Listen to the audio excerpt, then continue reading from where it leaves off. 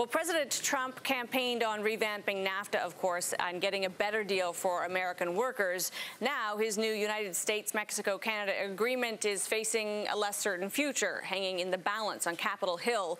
Lawmakers in Washington are set to discuss NAFTA 2.0 later today. Our next guest says he is concerned about the USMCA and the path ahead. We have with us former U.S. Ambassador to Canada and author of the upcoming memoir, The Art of Diplomacy, Bruce Heyman. So, Ambassador, in terms of where this stands now, we certainly thought that we had this over the finish line. Not quite, apparently, and that's actually true on both sides of the border, but particularly true in Congress. How concerned do you think we need to be about actually getting this deal done? I'd be concerned. I think it's going to be a very difficult path to get it done. So to be clear, I really think we need to have a modernized, efficient, and fair North American trading agreement. And that was the goal, I think, going in. But I think how the administration has handled that, and now we have in what I call bad calendar management in politics, we've ended up in this spot where we're now facing a Democratic Congress and 2020 race, a new government in Mexico, and parliamentary elections coming up in Canada. I think we're in a very difficult political place, but we also have a number of things that need to get done that are still yet to do. Labor reforms in Mexico, the ITC, the unions in the U.S. are now turning against the agreement as it stands because of lack of enforcement provisions on labor. Environmentalists are looking for enforcement provisions.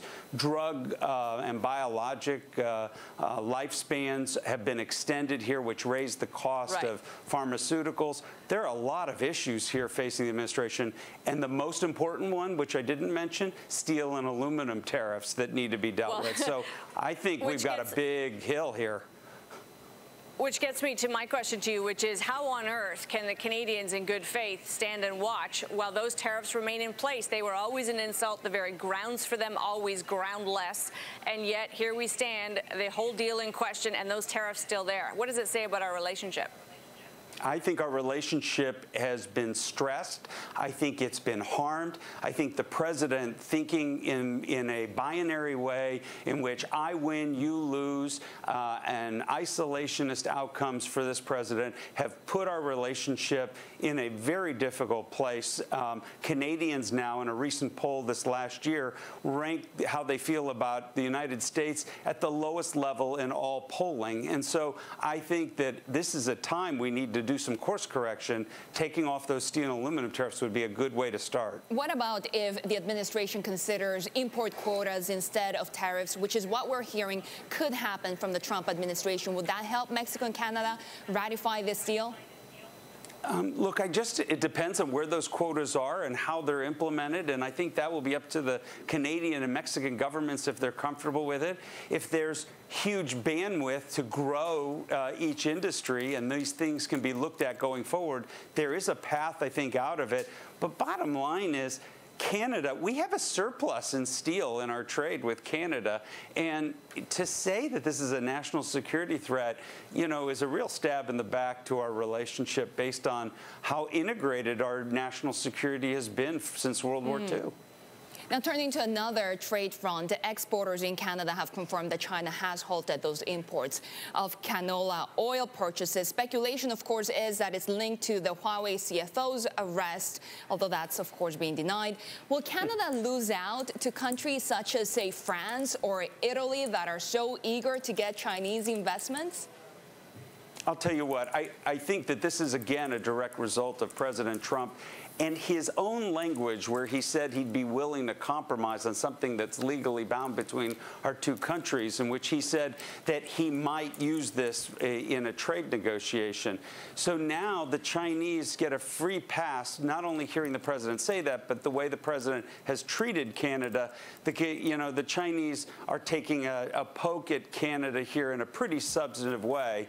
And I will tell you, during my administration, while I was working under the Obama administration, during my term as ambassador, that we had a similar case of a Chinese national being extradited, but the Chinese knew better. They would not go after Canada because the administration before said, you know, nobody fools with our best friend here. And I think that the Trump administration has left the door open, which has put Canada in a really tough spot.